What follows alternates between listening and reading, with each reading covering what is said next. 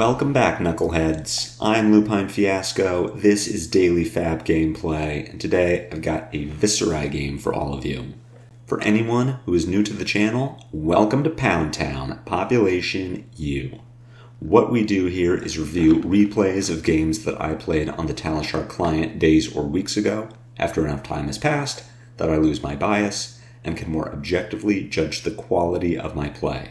I will talk through turn cycles and explain the line I would take, then compare that to the line I did take at the time of recording. We either learn from my mistakes or reinforce good play patterns with the overall goal of tightening and optimizing our gameplay in the future to take down paper events like the upcoming Road to Nationals, and most importantly, we walk away with that shiny, shiny cardboard. If you would like to check out the list I'm playing here or try it for yourself on Talishar, a FaB deck link is available in the video description below. While you're down there, if you haven't already done so, please consider subscribing to my channel. A YouTube subscription is the best free way to support me and to make sure that you see daily FaB gameplay in your video feed 5 days a week. If you'd like to go above and beyond, then the best paid way to support me is through Patreon, and a Patreon link is also in the video description. A Patreon subscription will get you access to the daily FaB gameplay Discord. At higher tier levels, your name will appear in every DFG video. You'll get bonus DFG content every week, and there are even more benefits to come. Daily FaB gameplay will always be free 5 days a week, so for those who can afford to patronize me, I truly appreciate it. Let's talk a bit about our sideboard and the Viserai matchup. Real quick, and before I talk about Viserai, let me say again that rather than swap between daily FaB, daily Kayo, or daily whatever comes next, I'm consolidating every new video under the umbrella of daily FaB content. So what does this mean for you? Nothing, mostly. The numbering on this video will look odd, and I promise you that you didn't miss 126 Kayo games. It's just that this is, in fact, my 135th gameplay video. If you've been with me this long, thank you so much for continuing to support me. I really appreciate it. I hope that this change isn't too jarring, but it had to start sometime, and I figure that now is better than later. So let's talk about the Viserai matchup. It's been a while since Viserai has had his time to shine, and that's mostly been a result of Warmonger's diplomacy. The card absolutely hoses Viserai by stopping him from converting large hands into anything other than a medium attack with some rune chant damage, or maybe set up for a later turn. And depending on the deck, there's very little opportunity cost to slotting Warmonger's diplomacy in. But as Warmonger's falls out of favor due to a shifting meta, Viserai has been picking up a little steam. Notably, he has reasonable matchups into Guardian, which is largely unable to deal with large amounts of arcane damage. Victor, in particular, falls prey to a setup style of Viserai. If all Vis does during his turns is make rune chants and pass, Victor has no way to use his block cards well. Test of Strength and Trounce are absolutely worthless, and Vic isn't sneaking evasive damage through without gold to give to the Golden Sun. This is all to explain why Viserai might sneak his way into your Road to Nationals events this month, and why you should know how to play against him. I have since updated my matchup guide to appropriately board in Null Rune Gloves. I'm not using them here, but they're absolutely essential for shutting down a setup style of Viserai play. You'll miss your Bonebreaker if Vis flips over Reaping Blade and Crown of Dominion, but hedging against the more successful list isn't a bad idea. Outside of this small change, we're on our race plan.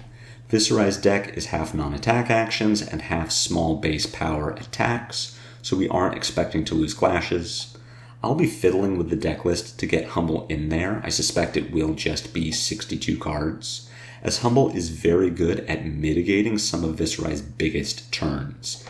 You aren't shutting him down the way that you would with Warmonger's diplomacy, but it does prevent him from creating so many rune chants on the back half of his attacks.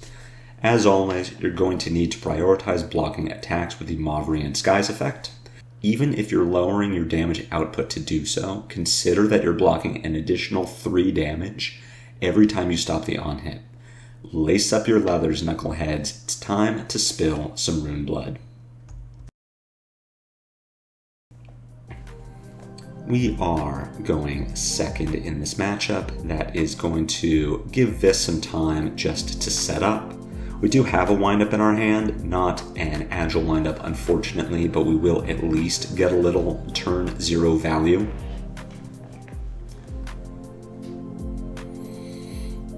Drawing into what is kind of a crummy hand here. I think this is fine.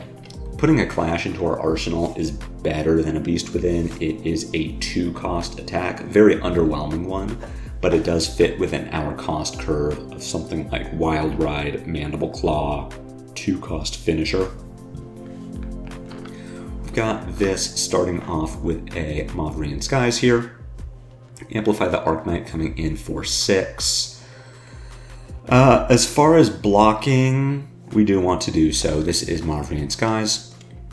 We could just give our Clash of Agility and Savage Feast. Getting the agility here is not all that important. We can't really use it well. We can't keep a 3rd card in hand to discard to Savage Feast unless we wanted to cover this Amplify with a 3-block and 2 pieces of armor, which I don't really love doing. This is an instance where I might think about Fleshbag, but I'm not too experienced in the Viserai matchup without something like a Crown of Dominion cash-in turn to really prompt me in, hey, this is the time to Fleshbag, this is the time to disrupt. So I think that blocking with Savage Feast and Assault and Battery here is probably going to be for the best. We keep ourselves open to being able to pitch our Clash for a Swing Big, which is not a great turn, but is better than nothing. We're also saving our armor. I just don't love having to overblock here. And I think this may be some inexperience with Viserai on my part to think that he has 3 cards in hand and an action point. What else is he going to do on this turn? I think that we really do want to write off getting this big 3-card hand. This coming in with another Mavrian Skies. Breaking the Iron Weave. Getting Revel in Runeblood. And finally, another Amplify the Arknight. So a huge turn from this, and one that makes me think, hey, this is probably one I'm supposed to Fleshbag.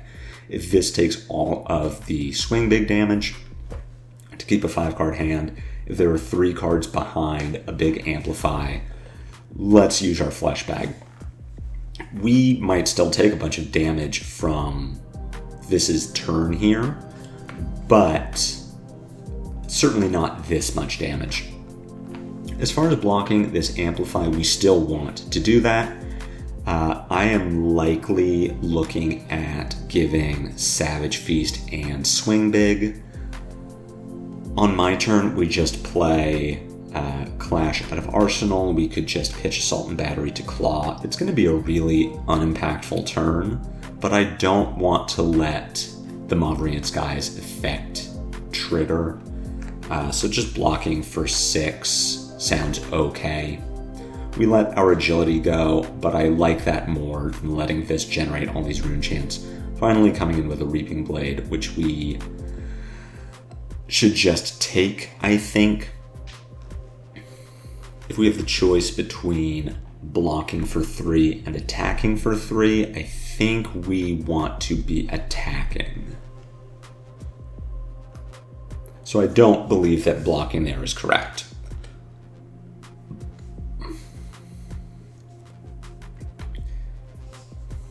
Fizz coming in with Drawn to the Dark Dimension with no remaining action point. I think we can block here, if only because we can't do anything with this hand. We really would have liked this to come in with something else, maybe. There's some sort of creeper shenanigans he can do, but on our turn, we are just going to Bare Fangs.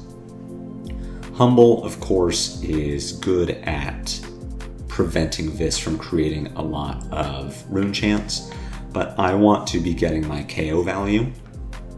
So making the Might token is going to be great for keeping our value up turn to turn. We also just get to hit him for 8, but really suffering from a lack of go again.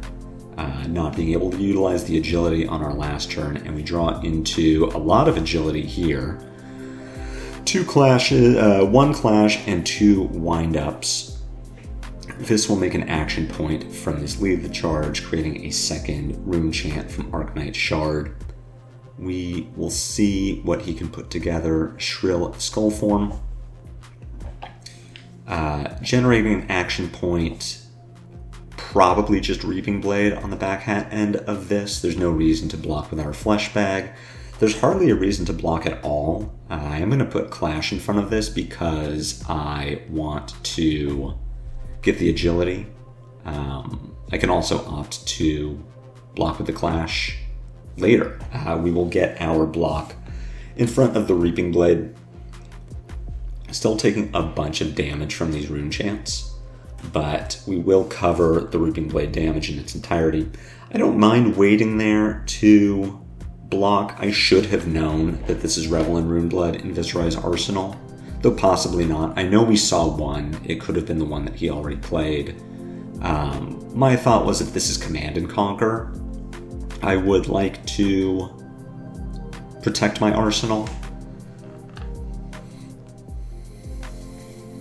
Not that the arsenal is really all that important. It's a clash of agility, which we can take the opportunity to play here. Clear a 5 out of our arsenal and replace it with a 6. We can also Claw, Tunic, pitching our Clash of Agility in hand to Clash of Agility from arsenal. I think that's fine. I think that's okay. Work a little extra damage into this turn. Clearing out the arsenal is not a bad idea when we don't have an agility, and especially when our arsenal is so bad.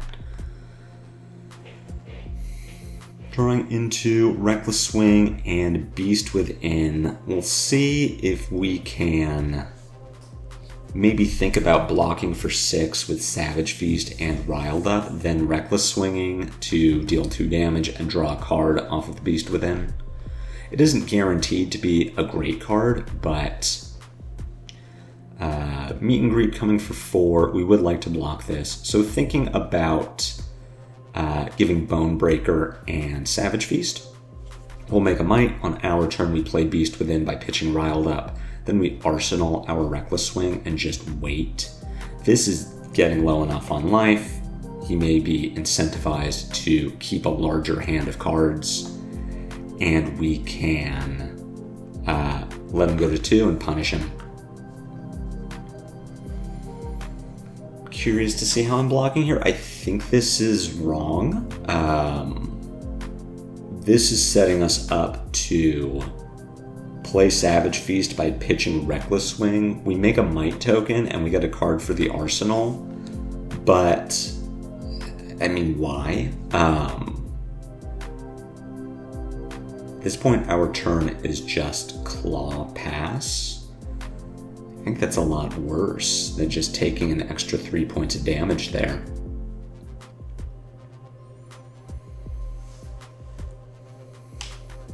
We do need to respect that Viserai is going to deal arcane damage, so it isn't the worst thing in the world to block earlier than we think we need to, but we're just letting off on the pressure, and we need to be putting the pressure on. We are trying to set Viserai up to die to Reckless Swing, but we also would like to just be hitting him for a lot. We have a Meet and Greet coming in for 4. Considering that this may arsenal this card, we could think about keeping Command and Conquer.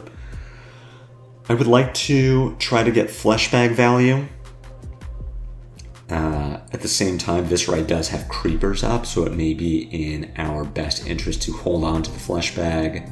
At the same time, we do want to use our armor rather than block with it early. Here, I do think that I would like to block with Smash Instinct and Leathers. Cover the 4. On our turn, we can Command and Conquer for 7. If Viserai does arsenal this card, we punish him for it. If he doesn't, we are maybe taking him off any defense reactions. I don't know if Viserai plays those, but we would stop him from doing that. Viserai does use the creepers. We'll block the Reaping Blade, but putting ourselves in a worse position, I would rather that we had Command and Conquer instead of Send Packing in this hand.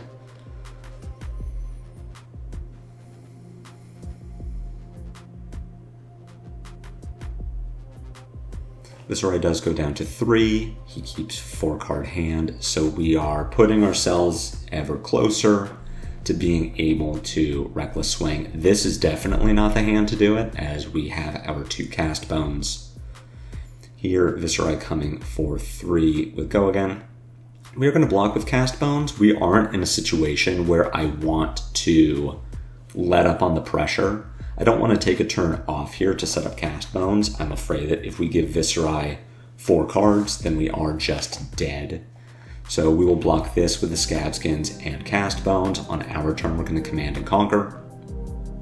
We are not affecting the math at all. We are trying to catch Viserai with multiple 2 blocks in hand so that he has to either let damage leak or block with 3 cards, but definitely difficult to do that. Viserai is now in a pattern where he can just stay on 2 cards, Grasp, Reaping Blade, slowly kill us. We have 1 turn left of that.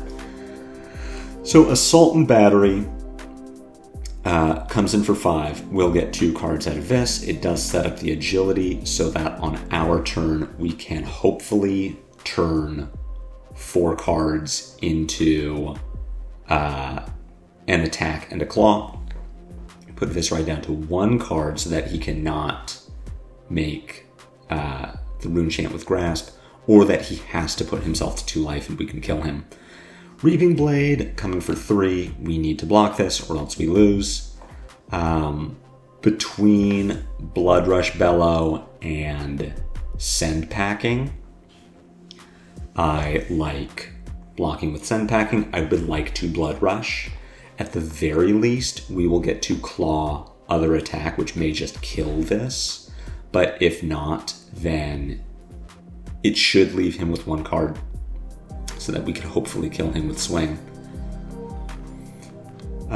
The other option, I guess, could be blocking with Blood Rush, and on our turn we Send Packing for 7, Claw for 3.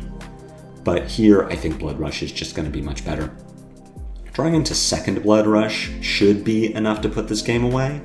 We could Claw for 6, then play Bare Fangs pitching Blood Rush. The reason I would not want to do that is that at this point, we have only seen 1 Beast Within. If I draw a Beast Within off the top of my deck and discard it to Bare Fangs, I lose the game. So if I can set this turn up so that I pressure Viserai off of keeping a hand while not having to draw a discard, that would be the ideal situation. So I like playing this second Blood Rush instead of pitching it to something like Bare Fangs, because I would like to find a way to kill Vis without having to draw a discard. The top card of our deck was Beast Within, so if we had played the Bare Fangs, we would have lost the game. With this line, we take 3 cards out of Vis's hand. We have 2 floating resources. Our Tunic is going to let us play Beast Within for 8, and we will win the game that way. Super close game. We were in a position where we would have just lost to 1 more Rune Chant. We had nothing to prevent it. We had nothing that we could do to get around it if Viserai was able to keep a 2-card hand. Tough matchup without Null Rune, for sure. And we did get our value out of Bone Breakers. We were able to block, but if Viserai hadn't given us opportunities to do that, we likely would have been better off pitching our blues rather than keeping them to block. We did see the downside of relying on Clash to get our go again, rather than something like yellow pulping or wild ride, because we had hands where Viserai just didn't attack. And we were stuck with these clashes that we couldn't use for their intended purpose. And if we're running 3 runners and all of these Bear Fangs and Swing Bigs with the intention of having Go Again, and then not being able to clash is a problem. So something that I'm thinking about as far as tuning the deck further. Is it worth playing the clashes? Of course, Yuki's List played them, but are we better off with pulpings and wild rides? And at that point, are we better off with Berserk? Just things I'm thinking about. I do hope you enjoyed this game. I hope you learned something. I hope you've learned something from the last 2 weeks of Kayo videos. If, like me, you are considering bringing him to your road to nationals, then I wish you the best of luck. He's a new hero. I compared him to FaB, and I really don't think that comparison is accurate. I think they both have the potential to just send face, but that there is a lot more thought involved with Kayo as far as setting up your big turns, when to take turns off to set up cast bones, when you wait for your tunic before firing off a blood rush. I think FaB is much more straightforward as far as when you send your big damage compared to when you wait. He can definitely be cerebral, and you can find yourself in these blocking matchups with Guardian or with Warrior. But Kayo, I think, has a much harder time of setting up these big turns, of knowing when to block and when to pivot, and he doesn't have the help of any defense reactions because they don't work with what his deck is trying to do. So if you are bringing Kayo, good luck. I will be bringing Kayo as well, and I'll let you all know how that goes. Be sure to assault and batter that like button if you thought this was a good video and you enjoyed it. My comments are always open for any questions or feedback. Again, if you haven't already done so, please consider subscribing to my YouTube. It's free. It helps me out a lot. But whatever you do, I will see you back here on Monday for more daily FaB gameplay. And until then, take care.